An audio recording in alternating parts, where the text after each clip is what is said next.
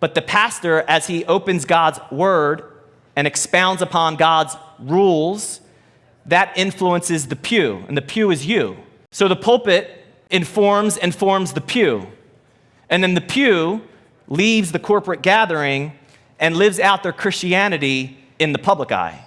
So when you reverse engineer it and go, how in the world did we get to a position and a place right now where lawlessness reigns, where what is good is called evil and what is evil is called good? How do we get there? Well, we must look at what we've contributed or the lack thereof. Now, I don't know if you follow the news. I do, just so I can make sure I have a biblical worldview to present to you. I get the political climate that we live in is charged. I get it.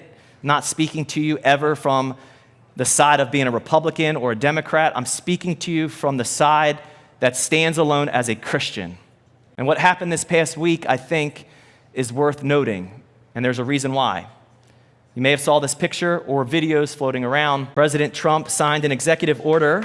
I'm glad you applaud that, and I know we have guests in the house, and they probably need a context. This was signed as an executive order upholding Title IX, which would prohibit biological males in competing in women's spaces and girls' sports. Now, this picture to me speaks volumes. Why? One, you'll notice there were no children sniffed in the taking of this picture, number one.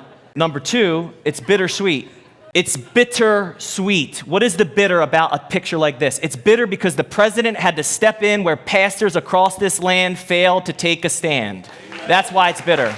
But not just pastors, fathers. I start with the men always. Fathers, men who would allow a biological male to enter into a female space and remain silent. We allowed it to get to a place where the president, by God's grace, had to sign.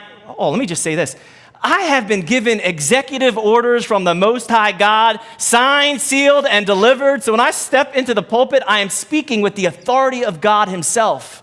I don't need to ask permission from the world. I don't need to apologize for bringing God's word to bear. Bitter because we, as Christians and as pastors, have allowed it to get to this point. And many pastors who are imposters should resign because of the weakness in their spine. It's sweet, however. It is sweet because girls and women are now being protected. That's the bottom line. We cannot rewrite God's rules to justify what is unruly.